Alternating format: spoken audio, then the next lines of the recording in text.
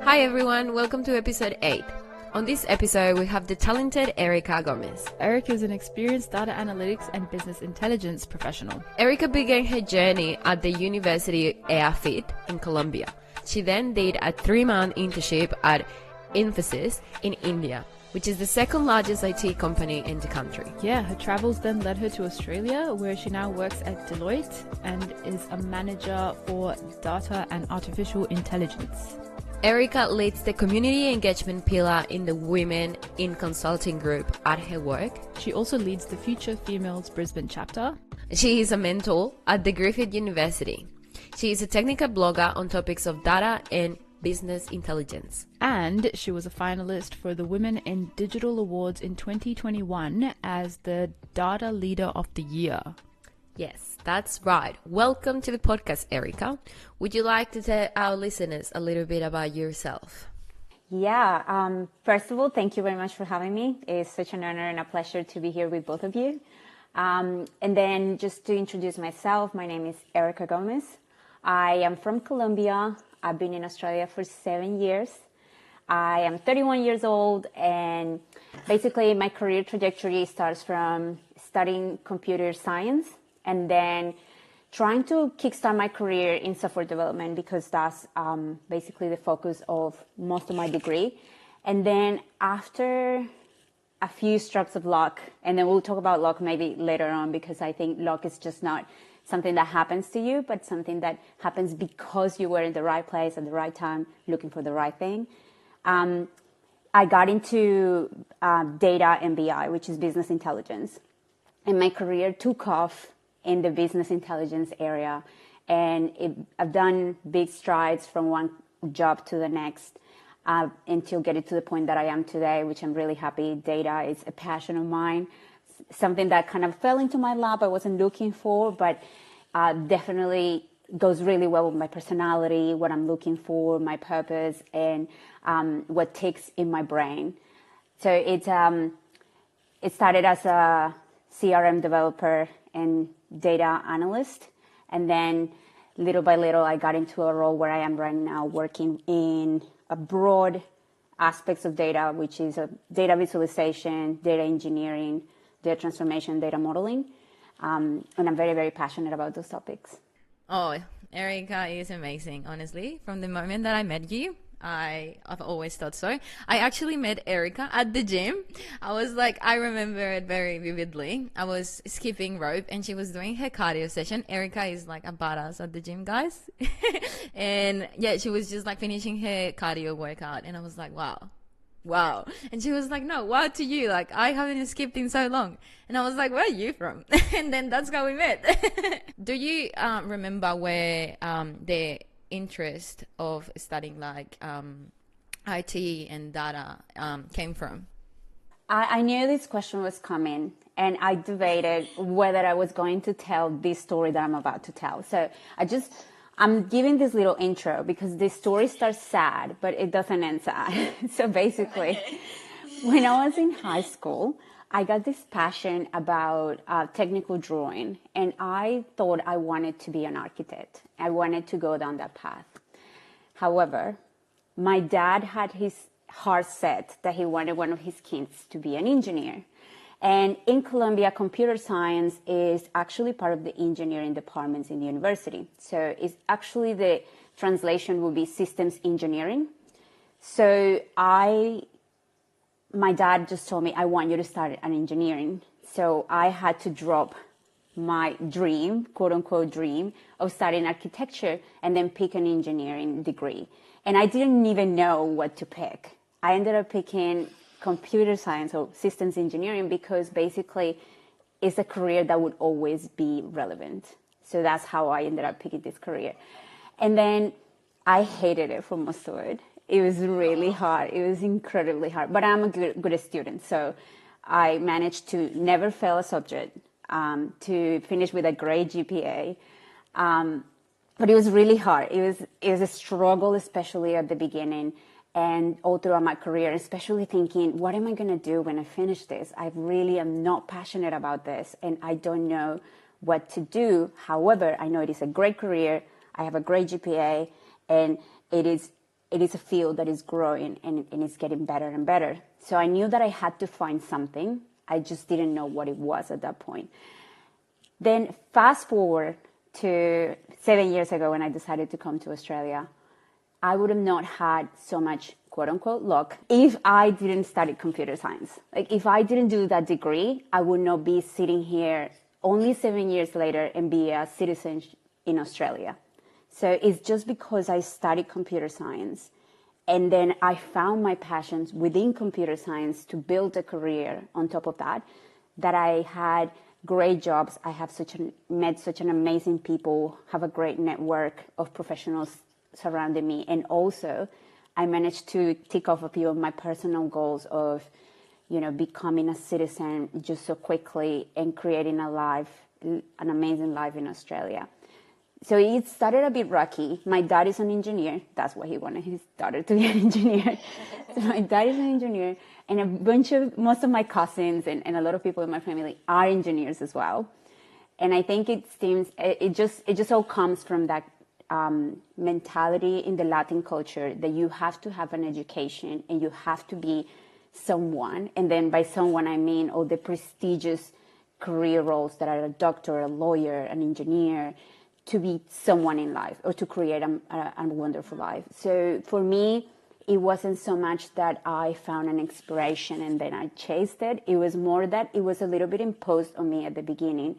However, I find it incredibly powerful that I was able to turn that around and then build my own story on that beginning that was a bit rocky.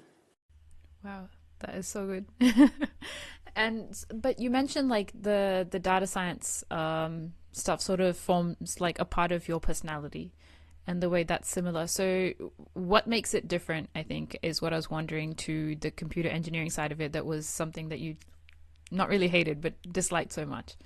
I think there are a few things that go into that. And the first thing is, I think you need to have a specific type of brain to work as a software developer in the back end. You need to be a person that is very logical and I feel very driven to the structures of things. While I am strictly structured as well as a person, but I love creativity. And I feel as a software developer in the back end, you don't get to explore creativity because you are literally writing code the whole time.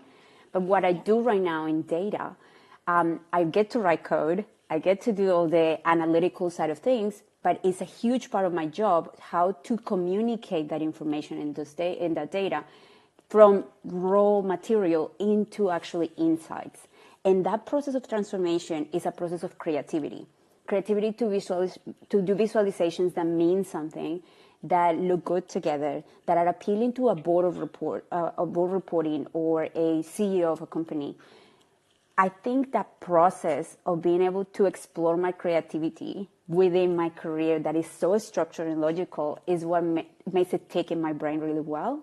And it's something that I personally didn't find in software development. However, don't get me wrong, you can be a front-end developer, which is creating websites, and that can give you that little boost to find that creativity there. It's just I didn't have that opportunity, and I didn't explore that path. But I did get to explore the path of data and BI really well, and that's why it takes so well with me. Yeah. So you managed to make your architecture brain happy. That's amazing. What I was wondering is, like, is that like a pattern that you've always had? Like, if you look back on it now, when you've been faced with something that maybe you kind of struggled with, have you always had this ability to look at it in a positive way or make some sort of outcome out of that? Like, is that an innate part of your personality? Yes. And I think the people that knows me now, they know me as a person who tries different things and fails and then just keeps going. And that's me, exactly. I find something that I really love. I give it my all. And if it doesn't work, I just throw it out as, what did I learn from that? And then I just keep moving, because I feel that a lot of people, and that includes me as well, for the fear of judgment, we stop ourselves from pursuing different interests. And as Laura said, we met at the gym. We were working out, and I was super passionate about fitness. So at that point, I had a fitness Instagram, and I pursued that for a while. But then to be able to put enough effort into that in my career, in my social life, and all other interests I have, it wasn't enough. So I couldn't put enough time and effort to make it work, and I dropped it. So that was one persona that kind of grew, learned, and then I dropped it. And then, but from that experience in my life, I learned so many things about discipline, about courage, about putting myself out there, trying new things. Whatever can be integrated in my life gets integrated, and whatever can't be integrated into my life just becomes a part of the learning. That is a fantastic mindset. One last thing I was wondering about the computer science part of it. So a lot of the research or speaking to people, what we've done like so far, we've kind of drawn a conclusion that computer science or coding is now like predominantly like a male dominated sort of industry or profession. Is that something you found as well and still continue to find? Yes, 100%. It is, I was reading actually an article from, I think it's UN Women, and they were talking about women in tech and more specifically women in data. So I think they were saying that the number at the beginning of 2022 is 22% of the field is women, the rest is male. So it is a highly male-dominated environment. And we suffered a lot of the unconscious bias that every single other engineering degree suffers from.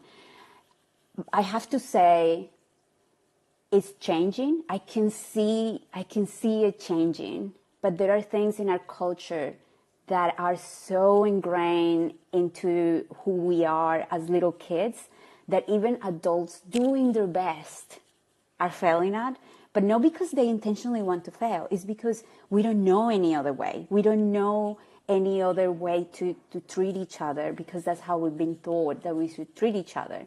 And they're doing the best to have an inclusive environment, and they're doing the best to recruit women and to bring them into the workplace. It's just, we need to get those conversations started when kids are younger. You know, when we're talking about a 22-year-old or a 35-year-old, because we're too old then to change our ways. But I can see people trying, and that is something that gives me a lot of hope. Did the male to female disparity come up in your education or career? Like, were you ever faced with, you know, any hurdles being a female? I did. So basically, when I was in uni, I was usually maybe one of 3 women in a whole room of 45 students or 50 students. So since I was very, very young in university, I could see the difference between the percentages, and I have very inclusive friends. So my friends were always, you know, getting me to be part of the groups and being really friendly and making me feel welcome. However, you can see how male and females are brought up differently. And in female environments, we get this sisterhood and this friendship that usually doesn't happen as naturally with men. It can, but it doesn't happen as naturally with men. And I think that's the major problem in universities and also in the workplace, is that we as women, we crave a kind of different interaction usually with our peers. And the problem with craving that different kind of interaction is that when you don't have it, it feels like a little bit of a hostile environment. But it is not hostile. It's just that men interact with each other in a different way. And I think when that interaction is also with you, when it's a little bit more distant, sometimes females don't feel as welcome into the environment. And I think that's why these conversations are so important to also have a male audience. Because when male audience comes to the table, they can understand what is that we as a whole are failing.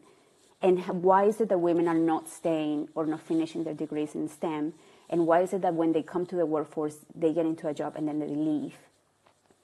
So I do find the hurdles since I was very young, but I just didn't have a choice. I had to finish my degree. So for me, that was only something I had to manage, not something that I had to like or dislike. And did you manage it by conforming to their level of connection, or do you think some people met you halfway? I think it has to be a little bit that I found a really good group of friends, really good group of friends, and then I became incredibly connected with them. And we created this group and this friendship that was so close and so transparent and so honest with each other. And everyone wanted to bring each other up. And because we had this really good relationship together, I found the relationship I needed to stay. I found that group of people that was there to support me, and I could support them. And that made me love it. Love the fact that I had to study with them, that I have to create these massive projects with them for years and for, sometimes weeks on end, just working together. But I don't know if that was, again, luck or that was just something that I created for myself. Yeah. Wow. I want to know how did you end up here in Australia? Because I know that you also live in the United States and then you came here to Australia. Is that correct? So I went to the US to do an internship, actually. So that was something required for university. And I found this internship in the US and I went and lived there for 7 months. But because internships in Colombia are done at the end of your career, but not the last semester. So you have to go back to uni afterwards. So I have to go back to Colombia, finish my degree. Then I started working in Colombia. About a year in, my sister was living here in Australia, and I wasn't absolutely in love with what I was doing. So I decided I'm going to press pause. I'm young. It doesn't matter. My career hasn't taken off, quote unquote, taken off. So I am going to press pause on this. I'm going to go and visit my sister in Australia and then come back and find a new job.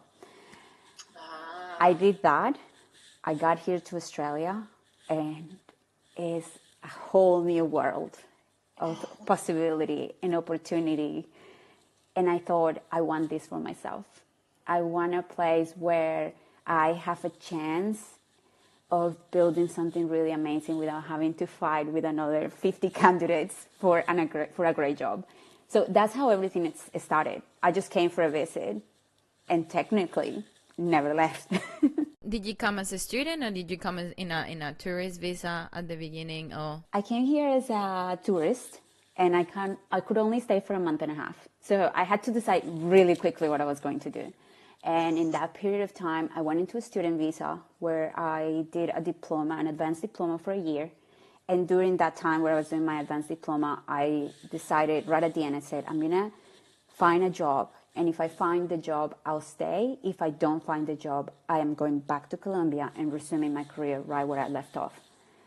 So I started sending resumes and I started interviewing. And actually, in my second interview, the company was very interested. And I went through all the different rounds of interviews, and they offered me my sponsorship and an amazing job. And the rest is history. I really wanted to ask you, Erika, because you said that you went for an internship in the United States, and obviously to have gotten a job in a second interview or just like so quickly, you must have had like a good understanding of the language. I never knew whether you studied English in an English school. That was a funny story because I started being really interested in English when I was in high school. However, Colombian schools, or at least the Colombian school that I went to, didn't have a great English program. So my English was extremely basic. When I went to uni, then I needed to have a certain level of English so I could graduate from my computer science degree. And I started going to these different courses where they teach you in the traditional way. So the traditional way is they sit you down and they tell you everything, and then you have to do all this homework. And it was not getting into my brain. I wasn't learning. I wasn't able to have a full, meaningful conversation. So I dropped it. And I found Friends, the TV show, which is hilarious because when I found Friends and I started watching it, I got obsessed. And I could watch it on repeat for days on end. So my workload at uni was very full on, and every single time I got home and I had to cook or I wanted just to decompress, I would just put Friends. And I would literally watch the TV show from beginning to end and start it all over again. And it was a lot of listening, so I started watching it with subtitles in English just to know what the words that they were saying, how they were written. And then after that, I started watching it without subtitles to see how much I could understand. And then I found this school that teaches English in Colombia in the way that a native person learns a language, which is you listen first, then you speak, and then you write. So the writing in the grammar side of things and the reading is the last part of the process. Any other course that I was doing before that, it was doing it the other way around. They teach you to write and to read before they teach you to speak and to respond properly. So when I found this school, it was fantastic because I used to go to class and they used to talk at us and they make us talk. And it was really interesting because we used to make a lot of mistakes, but by them correcting me and correcting everyone in my class, I would learn what not to say and what not to do. And then after that, I went to India for a internship of 3 months with the company Infosys. And for that internship, it was a scholarship. So to get the scholarship, you have to have a certain level of English.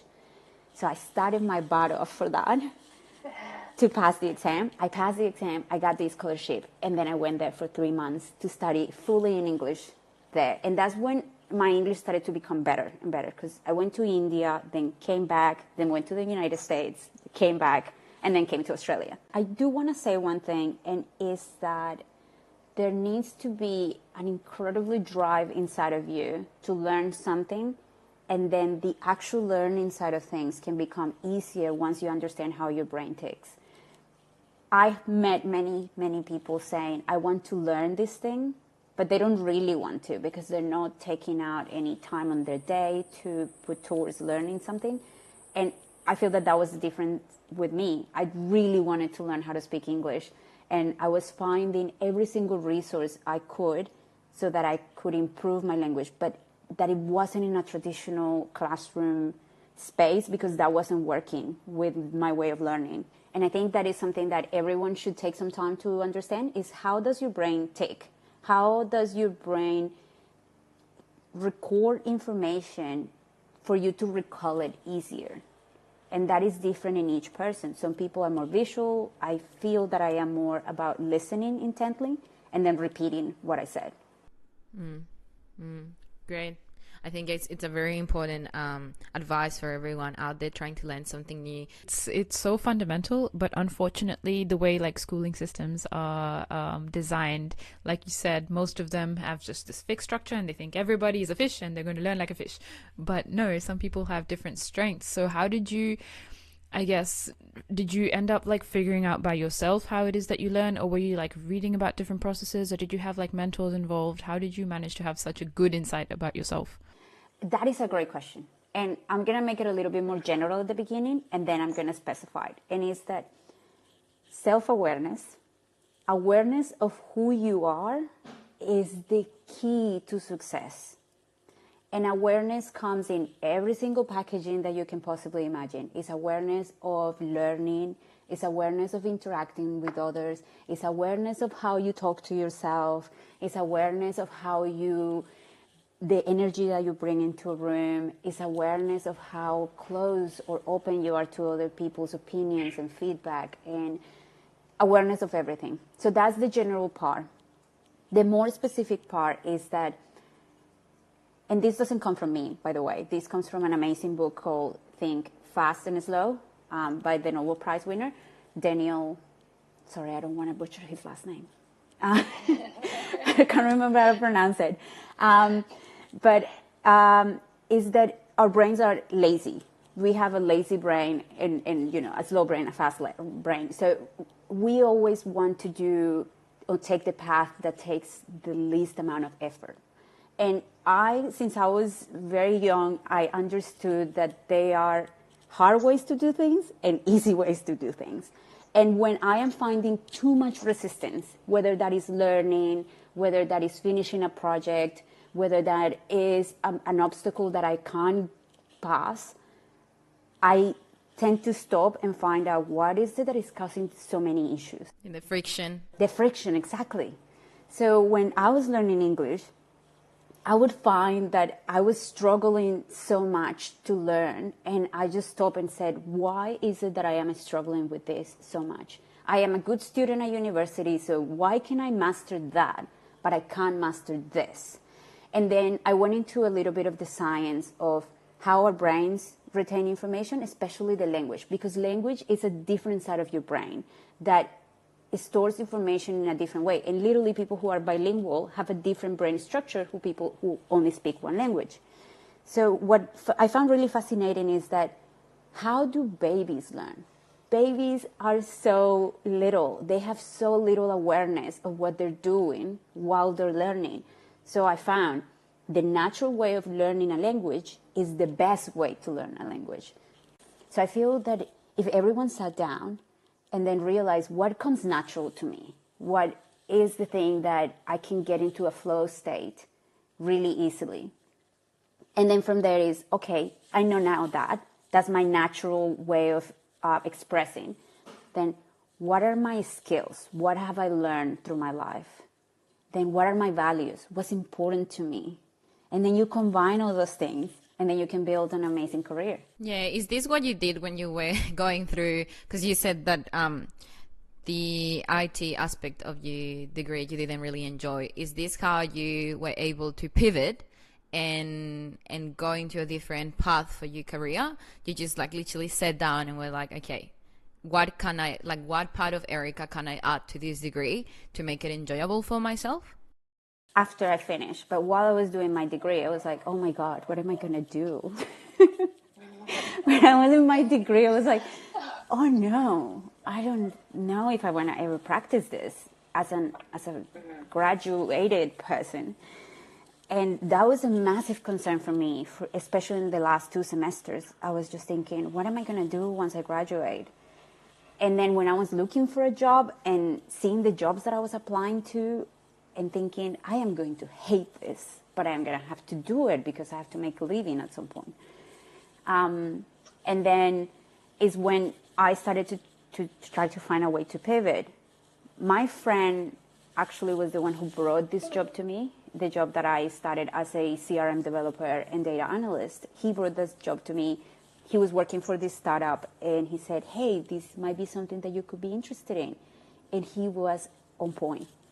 I got in there and I loved it and I enjoyed it. And it's like a part of my brain connected to that and a part of my personality. So my personality has been changing since I'm little. However, the part of being outspoken, of this communication with words, of having a connection with other human beings is always been a key component of who I am.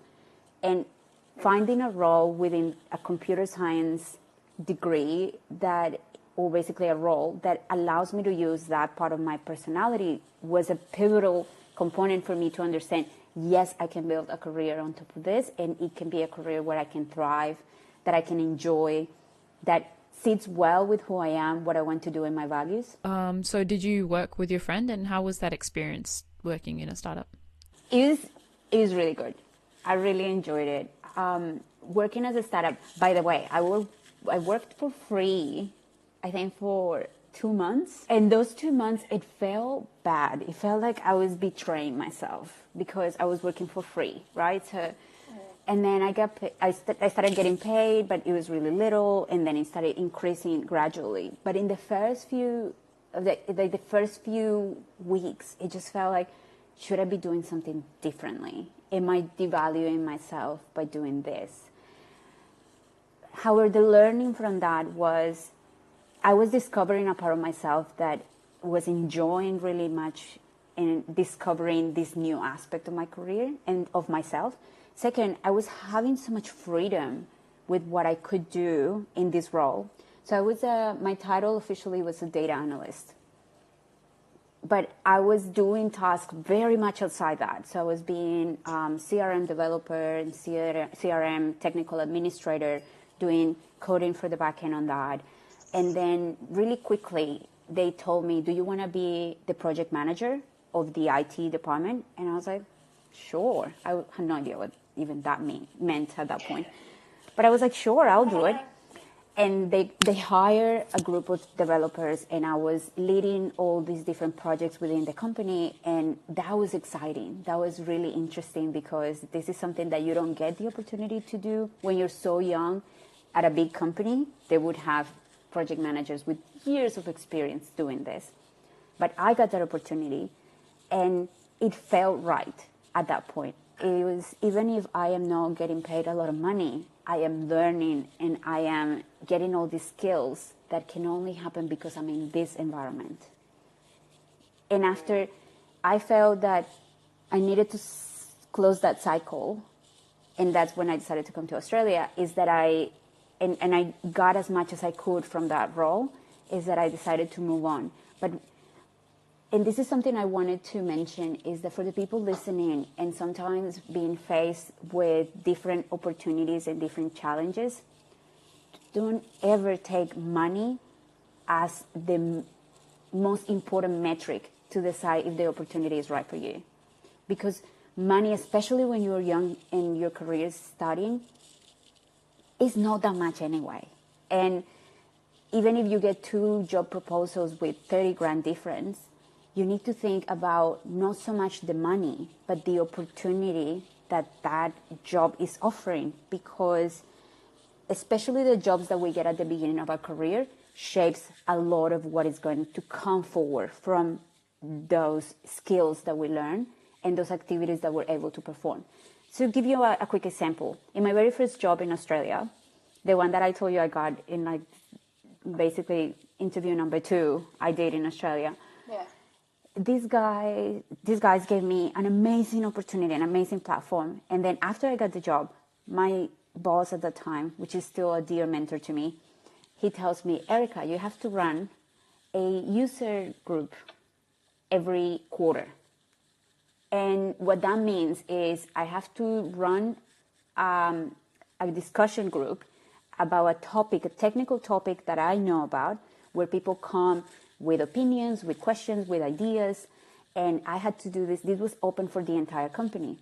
So you could have usually user groups of about 30 people coming to this event. And I was mortified of public speaking.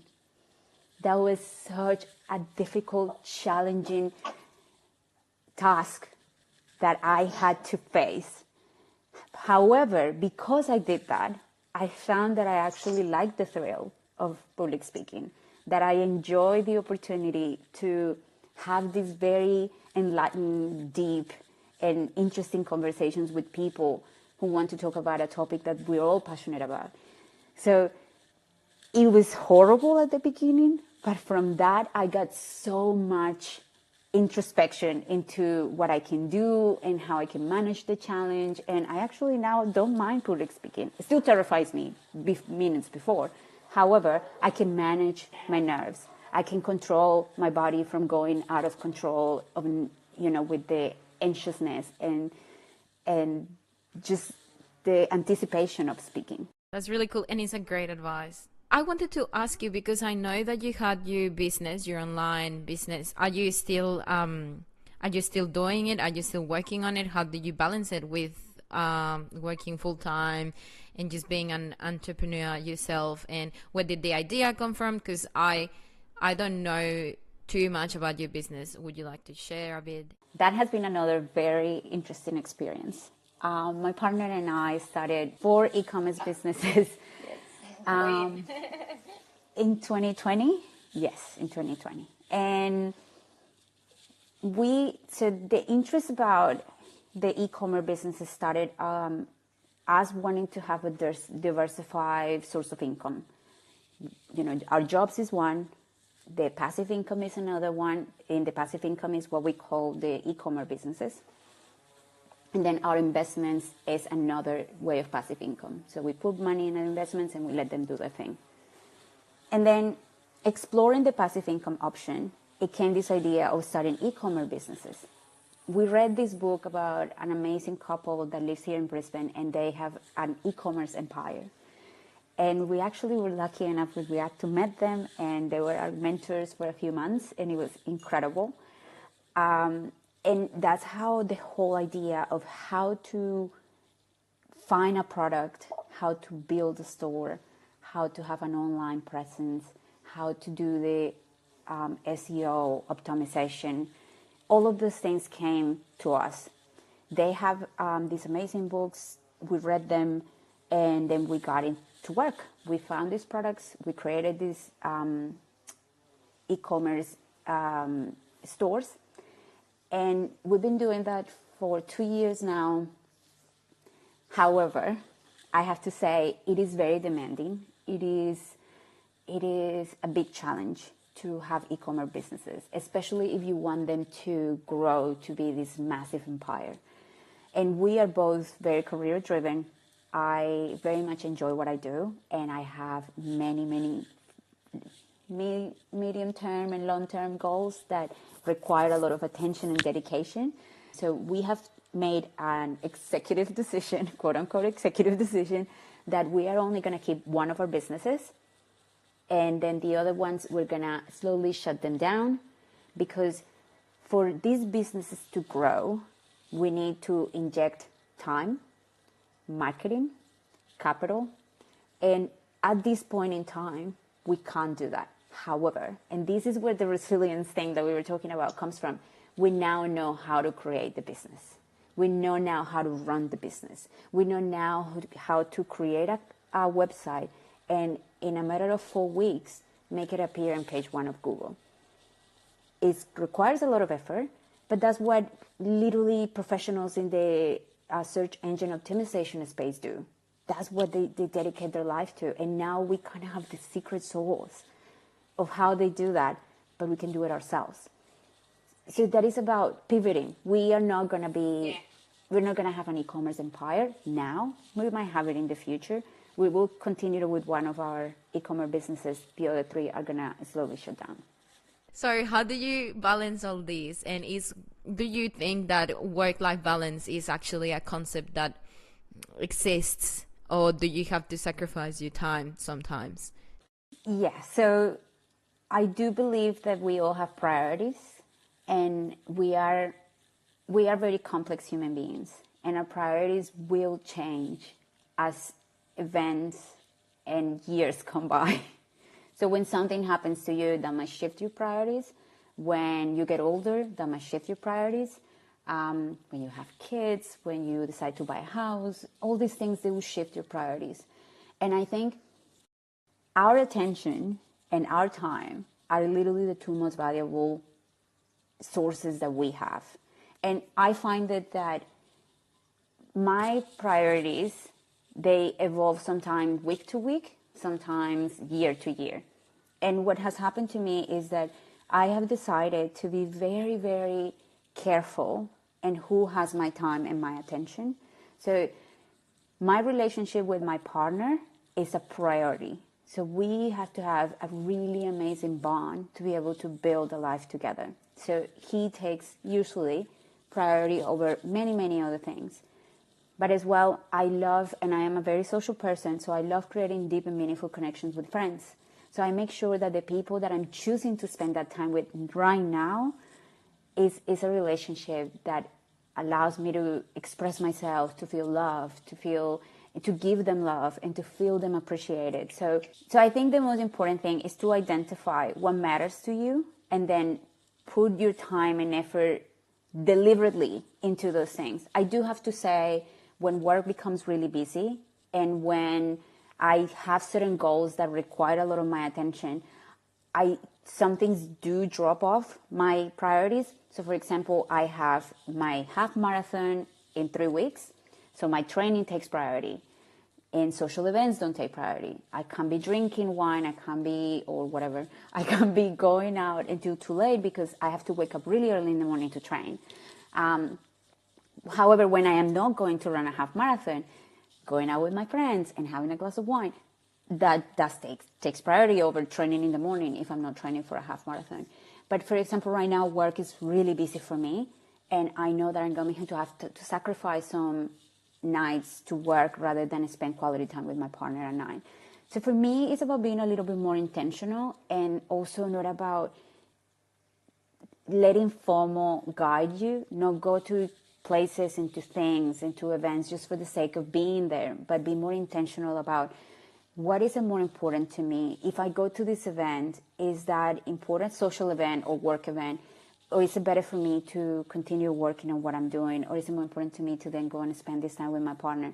So for me, it's about taking stock of where are my deadlines, because deadline is another thing. If you have a deadline, then that thing is going to jump to the top of the queue.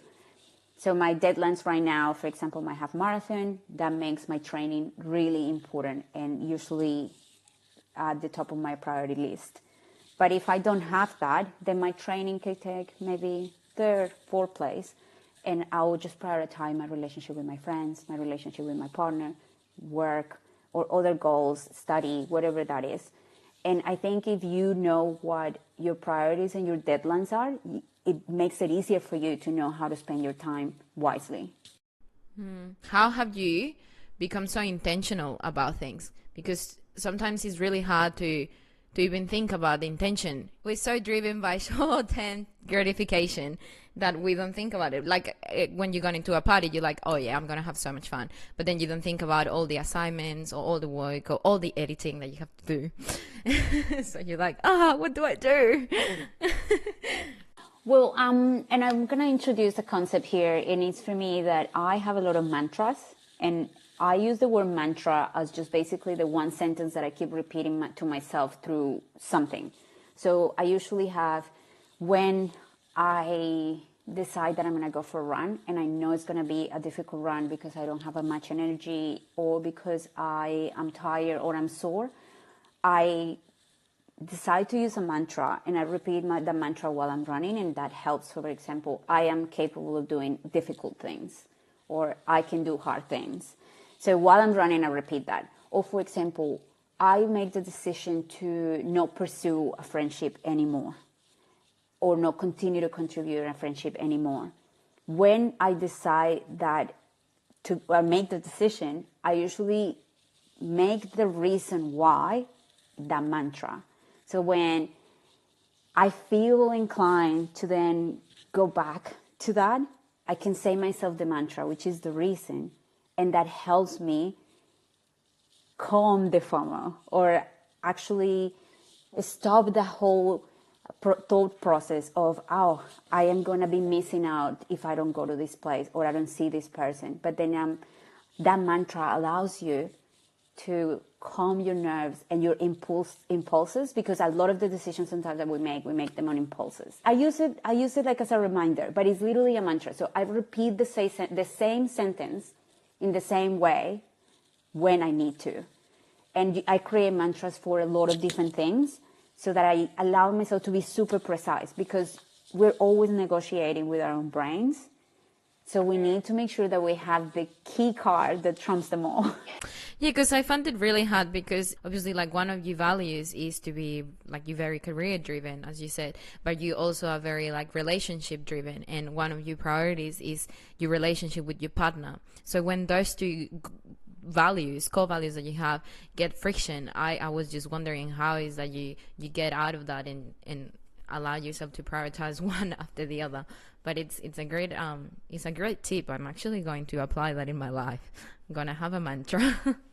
I'm going to say something else there, and it's that with something that it's taking over your life completely. So for example, let's say work is taking completely over your life, and you think that's not what you want, you need to make sure that whatever is happening is temporary.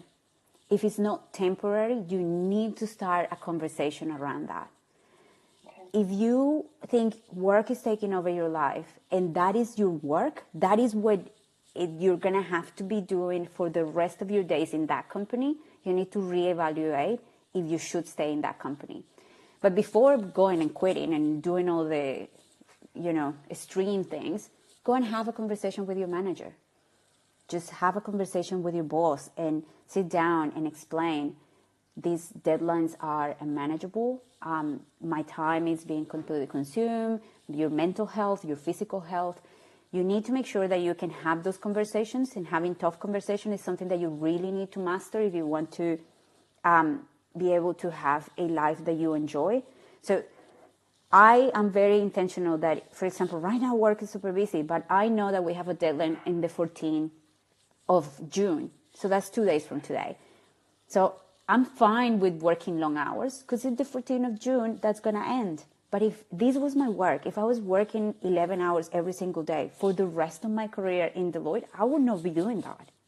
I know it's temporary, and I'm going to, on the 14th of June, 2 things on my docket, they're going to drop. So then I'm going to have a lot more time to then have a regular balanced life, and then come back home and watch a movie or watch a TV show with my partner and cook dinner and all those amazing things. One question that I had was, you mentioned again how you had like the mentors through the for the e-commerce, and then also your old boss, and then we were like going through I guess what you've done, and you became like a student mentor at Griffith University. So was that just because you saw like the benefit of that and you want to pay it forward, or like what was the thought process behind that? So before I became a mentor for the Griffith University Industry Mentorship Program, I was already mentoring a lot of my friends through the process of going from working in hospitality to getting into the workforce. And I used to do that as, let's come here, let's have a chat about your resume, let's have a chat about your interview skills, let's have a chat how to do the proper job hunting, how to create relationships with recruiters, how to present yourself in a way that you can showcase what you are capable of doing, not just what you have been doing. Because, for example, someone who's going to be doing a career pivot, they don't have a lot to show for, because they've been working in another industry, in another role, with another skills. So what they have done is not necessarily is what's going to give them the opportunity to be in a new role when they have changed careers. So through the process of helping a lot of the people around me and helping other people that were referred to me just to help them with the resume and stuff like that, I found so much gratification with being able to just give someone a little bit of my time so that they know how to approach the process better. Because the way that I have done my career progression and the way that I have been able to succeed in my job hunt is not the same way that another person is going to be able to do it. However, knowing what works for me, they can integrate some of those aspects into their process. So for me, it's about, I have broke through a few doors or through a few hurdles, and I want other people to not have to work as hard to find out the solution for those things. Also, as I said before, a huge part of my personality and my values is connection to other people. And I hate hate is a really strong word. I don't enjoy as much shallow and superficial connections. I love deep, meaningful connections that people are speaking from the soul. And even through mentorship, those conversations happen quite often. Through understanding who they are, to understand what they need to do, what they need to learn. So that's how I got into mentorship. And I love being mentored, and I love mentoring. Because people can teach you things all the time. And don't get me wrong, I learn from graduates coming into work as well as I learn from partners at the firm. You can learn from everyone. And I think that is what mentorship, the space of mentorship provides, a place where you can actually sit down and intentionally learn. Mm. And for example, at the beginning when you were a mentee, were you ever afraid of asking, questions or putting yourself in that uncomfortable position of like not knowing?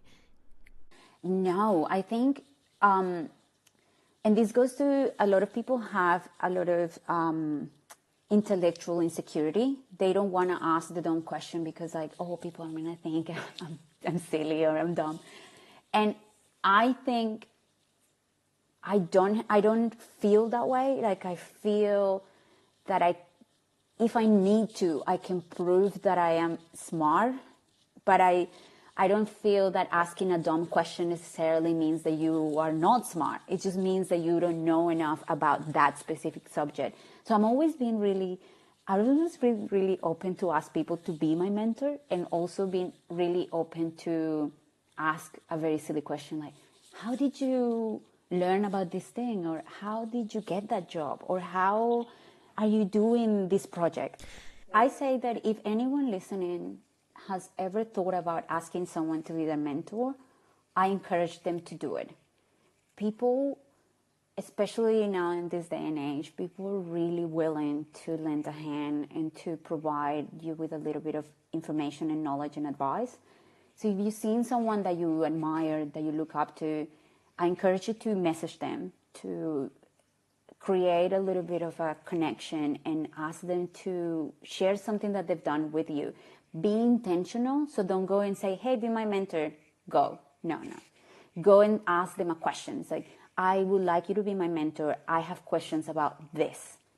And allow their experience to come through in what you need to learn. And that kicks off the mentorship program. Because if you go to someone and say, hey, be my mentor, just teach me stuff, it's really hard to build a proper mentorship from that. You need to be a little bit more intentional, a little bit more, it needs to be a little bit more guided than just an open-ended question. Because if it's a relationship that has been formed outside of a proper mentorship program. In a mentorship program, you usually have a structure. So if you're doing it within a mentorship program, you don't have to worry about it. But if you're just reaching out to someone that you admire outside of a mentorship program, make sure that you bring that structure by knowing what your questions are.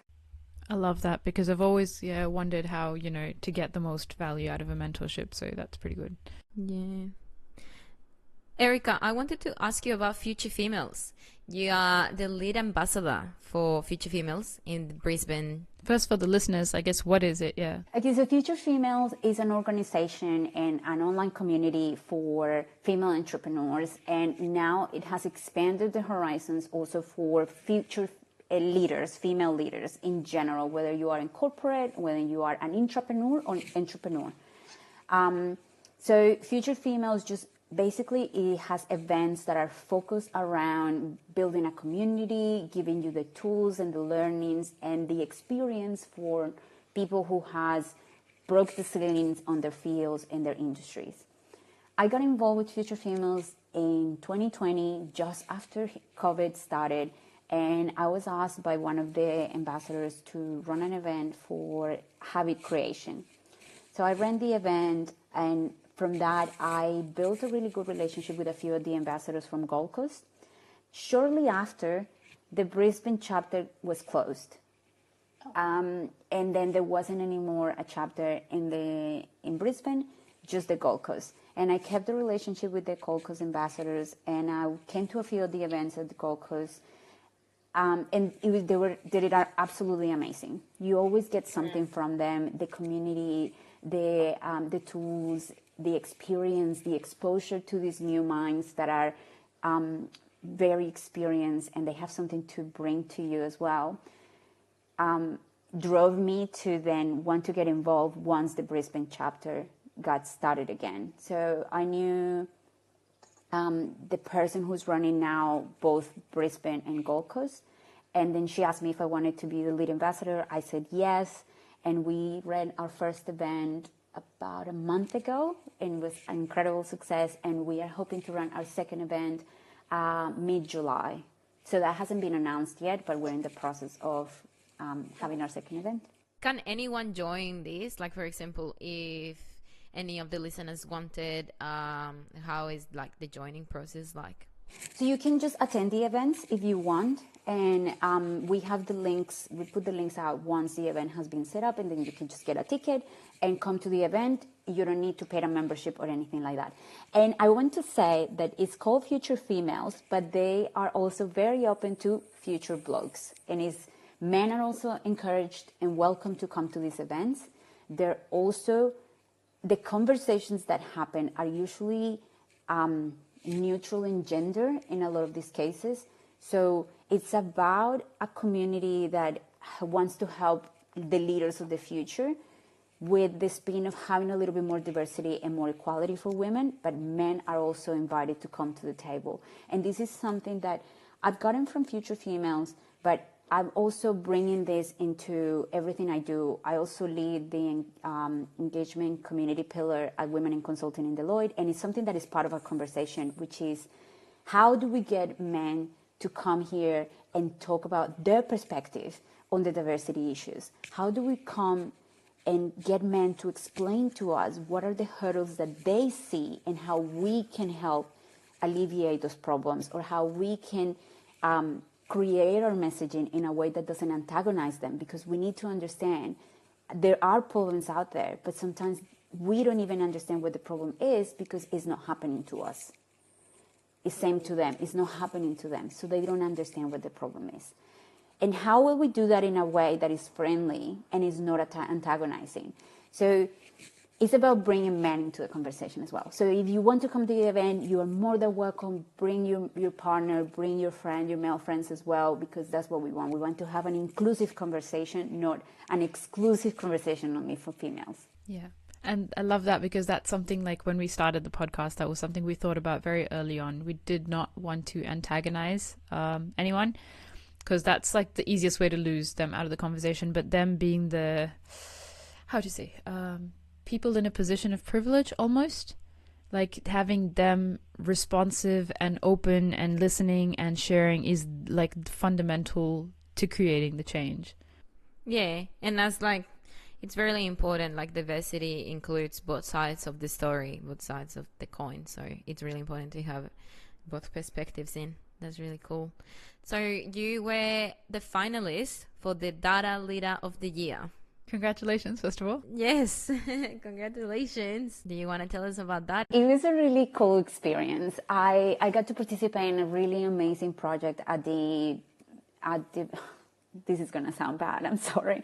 I got to participate in a really interesting project at the beginning of COVID-19 in 2020. When COVID happened, I was part of a group creating this analytics platform to understand COVID patterns with transport and economics, and to understand how the lockdowns affect our behavior and how these behaviors affect transmission in the community and all this. And as part of that, I was nominated for the Data Leader of the Year in the Women in Digital Awards. And it was a very interesting experience because the people that was nominated in the category were incredible and they had so many achievements. I felt that I wasn't worthy of being nominated with them. Imposter syndrome came up. Exactly. And I just thought, the whole time I just thought, I'm not going to win. And I didn't, but I shouldn't be nominated with these people. However, I have to say, being through that experience allows you to be more gentle with yourself. Even though that I was thinking, I don't deserve to be nominated, I wanted to be proud of myself, of how far I've come and how long I have wanting to be part of a group of women that are that empowered and that are that knowledgeable and that are that driven. And it was just such an honor to be nominated alongside with them. So it was a great experience. And I encourage people to look out for your colleagues and put your hand up for them when these awards are being, because these awards happen every year. So every time you see a woman killing it out there, there are many, many awards there. Go into the websites, put them forward, nominate them, give them recognition for what they're doing, because this is another way that we can lift each other up. Just these awards are open to the public, so they are not specific. So I know a few because I'm part of their societies, like Women in Technology, Women in Digital. But I know that there are many, many, many more awards out there that are not technology specific, that it could be for women in engineering or, mathematicians or something like that. So find the awards, nominate your colleagues, and let's take more ownership and more of lifting each other up and putting more effort into doing that for each other. No, but I really like that. I didn't know that, these are just open and you can nominate people. There's so many people that I'd like to nominate. Holy shit. Exactly. That's the whole beauty of this. Like, once you know, and you can put them forward. And it was such an amazing privilege to go through that experience. And we can do that for each other. So when I was still working in Queensland Health, they were looking for different women who were in that position where they were emerging to be a leader in the coming years, to be part of this women in leadership program where they would tackle different aspects of leadership and different aspects of inclusion and diversity that we can learn and sharpen our skills for when we got into those positions of leadership. And I had the pleasure to be part of the program. It was an incredible program where it was all about understanding a little bit better how to be a more thoughtful and a more effective manager and leader. And the amazing thing about going through these programs is that they show you your blind spots, because we all have them. And being able to explore these blind spots in a safe space and to learn the mechanisms to cope with certain difficulties that you have as a person with certain things, whether it's learning from your peers or whether it's learning from your actual boss or whether it's learning from the person teaching the seminar, it is an experience that, because it is in a safe space, you can say the wrong thing and actually recover from that. Because when in the real world, when you say the wrong thing, apologizing and taking ownership of that, it's a little bit harder because you have maybe hurt someone else's feelings. But when you're in a safe space, when these difficult situations are put forward and you can learn in a controlled environment, then when these situations present themselves in real life, you know how to manage them better and you know how to react better. So going through the Women in Leadership program is about sharpening all those skills, how to deal with a difficult employee, how to allow and empower your peers and the people reporting to you to be creative, to take initiative, to become a better employee. And it's, as part of that, they wanted to highlight every single person participating in the program and the person in the communications and a newsletter team that she reached out to me and she said that if I wanted to do an article, and I said yes, and it was a very confronting experience, but really, really fun. You get to analyze your personality and your and who you are as a person from different aspects. So they talk about what are your defensive styles, what are your oppositional styles, what are you, and all these little struggles, like outside struggles and inner struggles. And then, for example, I found, and one thing that I have to work on is that I am a person who craves sometimes to have control and to have more of the steering wheel of what is happening around me. But I can't control everything. I can't control a lot of the things that happen to me or around me. And as much as I can control, I should be okay with that. But as soon as things go out of my control, I just need to control myself to cope in that environment when I don't have any control. So those are the kind of blind spots that they talk about, is realizing that control is something that you crave. And when you don't have it, you're going to tend to have a strong emotional reaction. And when you're having that strong emotional reaction, what should you be doing? And how you should put yourself in a state of calm so that you can have a proper answer rather than a flight or fight response. Oh, that's so cool. So how much of this, like, just on out of interest, with this data analytics and stuff, like, is that a lot of the focus of that is like on AI? How does AI play into what you do? So there are different aspects of data. So the data world divides itself between different components, if you think about it. So there are the more traditional tasks where more all around data engineering, which is data transformation, data curation. You go from a data source, whatever that is, a program or a system, and that gets put into a data warehouse or a data lake. I don't want to get too technical, but basically you do all those transformations so that you can drive insights from a raw data that you started with. That is a lot of the work that I do. And then data science and AI, artificial intelligence, goes on top of that. It's basically the next step where you already have your data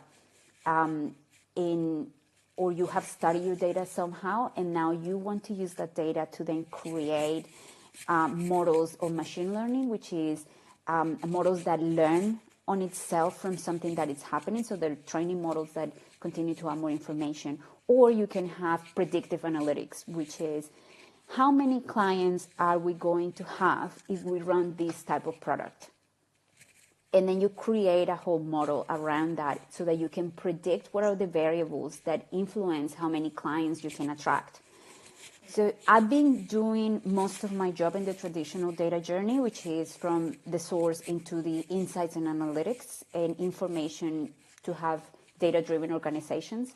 And I've dabbled into the AI and machine learning world throughout my career. However, that's not my expertise. That's not where I focus my career.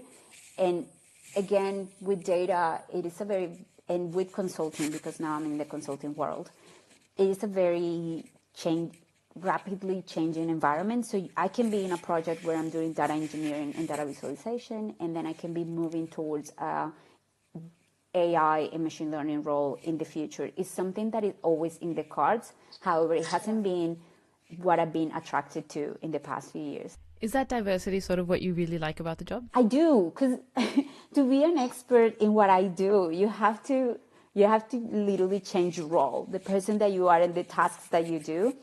And you can move from one task or one role into the other, and you always get to learn. And you get to learn new skills, and you get to learn new things, and new tools, and new programming languages, and new. So whatever piece of the pie you decide to choose, there is always a learning component to it. And I love that. I love that I'm not always doing the same thing. I get to learn and learn and learn. And also you get to be part of a team. So sometimes you're leading the team. Sometimes you are just one more of the team. And it's also that flexibility that is not always on your shoulders. Sometimes you're just part of this massive team and you have 3 other people leading the team. Or sometimes you are the leader of the team and then you have to make sure that everyone is doing well and learning and developing themselves.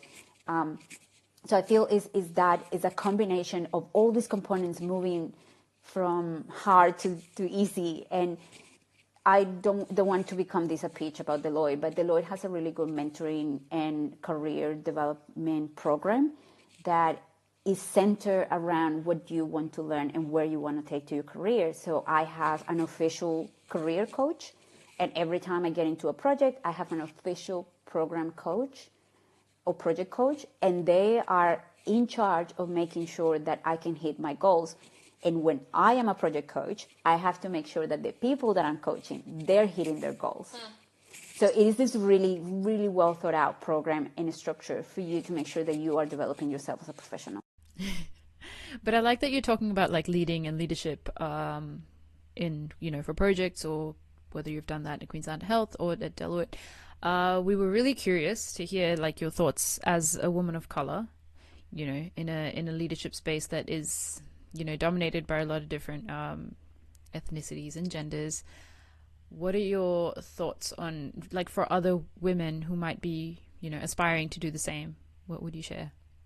There are a lot of things that come into mind right now, because you definitely do find certain stereotyping. That's how I'm going to call it. So stereotyping at work. And the way that you have to deal with these things, it has to come from within. And what I found is that a lot of people put me in a box or put me into this type of person that I need to be. And when I break out of that, they usually push back with a stereotypical comment. So what I have found that works for me is to think about how to respond to those people, to reach out to them so that they understand that stereotyping me and people like me is wrong. And because sometimes they're using touchy subjects and subjects that are very difficult to talk about, I like to think about my responses beforehand. So when someone tells me that, or makes fun of me because I have an accent or because I mispronounce the word, I like to think of an answer that is not antagonizing them, but to let them know that doing that is not right. It's not right that after I've been talking to you for 25 minutes or whatever time I'm talking to you, and I have said thousands of words correctly, you're going to use this time to pick on one word that I didn't know how to pronounce and make it a conversation point. So it happens that you get a lot of these comments and a lot of these situations where you feel like you're being attacked. And because we all have that fight-flight response, what I like to do is to prepare myself. Is, this person might bring up this subject where it's going to make me feel, in a defensive, and it's going to put me into that defensive state of mind. I have to make sure that I have a well-thought-out response that is not going to offend them, but it's going to make them understand, not make them, but allow them to understand why the comment was incorrect. that works for me. I know that planning responses ahead of time is not everyone's cup of tea. Yeah, because I was wondering, like, how would you come up? Is it something that you feel is something you're insecure about that someone might pick up on, or is it because you know that person, you kind of know what they're going to pick on? It's because it has happened. So, for example, I'll give you a quick example. We were having a conversation, and this person said, "Oh, we're gonna go and have," I think they said paella, and I said, "Oh, it's actually paella." And he's like, and they started laughing because I was saying it wrong, and I was like, "Guys, it's a Spanish word. I speak Spanish. If there is someone here saying the word correctly, it's me." Yeah. And at the moment, it felt funny, but even after that, they kept saying that I didn't even know how to speak English or Spanish. So you know how immediately it became a joke. And it was a joke that really bothered me because it's not that they have to say, "Oh, you prefer speaking English and Spanish," or blah, blah, blah. No, it's about respecting that it's tough to navigate a culture in an environment that is not in your native language. And I only moved to Australia when I was 23. So I was already a grown adult. And it's learning how to navigate that. And that is not the language thing is not the only thing that comes up. Is your capability because I was young, or my capability because I was a woman, or my capability because I was not Australian, or whatever it was that was being put into question. And that would make me react in a defensive way. I didn't want to be that person who would go through a tantrum. I hate that because a tantrum doesn't teach you anything and doesn't teach the other person anything. So every time one of these situations will happen where I will feel incredibly defensive and I wanted the other person to understand me so that they wouldn't do it again, is when I would decide to then craft an answer beforehand. So when these things come up, I could be very meaningful, straightforward, and try to make that other person see the world in my eyes so that they would understand why what they did wasn't the best thing. And the other thing is, if you laugh it off, because we all do it, don't tell me that a guy has come to you and talked to you how you are this cutie patootie that can't do math, and you're just gonna laugh it off. Then we're being part of the problem. So when that person comes and tells you a cutie patootie who kind of doesn't know how to do math, you're like, actually, I went through university. I have this degree. I actually am really good at maths. And you can tell them these things. And it's when you say that I am this kind of person, it just makes me feel that you are not actually seeing me for who I am. And you're not valuing my contributions to the team. And I am a very capable person. And I am contributing X, Y, and Z to the team. So it's not okay to call me that way. But then if you do it in a way that you're not antagonizing them and you're trying to make them understand how that comment is making you feel and what you're actually doing for the team, it's more likely that person is going to stop. And the one thing I have to say is it makes the relationship weird for a bit, especially if that person doesn't recognize what you're saying. But what I have to say is when they do recognize what you're saying, it also gets weird for a bit, but then it actually, if you continue the conversation, if you continue to have a relationship with that person, it eventually settles down. Okay. Just make sure that you just are okay by being uncomfortable for a bit, but just stand up for yourself. Because for one of us who does it, a bunch of other ones could be avoiding that situation, right? Because you told this person to not do that. Yeah. Erika, thank you so much for all these insights. Like, this could go on forever. Honestly, there's so much. I feel like I could just keep asking you. But yeah, so we have like a thing at the end, just like because we get into so much that is so, heavy duty, just like to like keep things a bit fun. It's a bit like a game. So if you're down. What book are you reading at the moment? Because I know you love reading books. Yeah, so I'm reading right now Moonwalking with Einstein.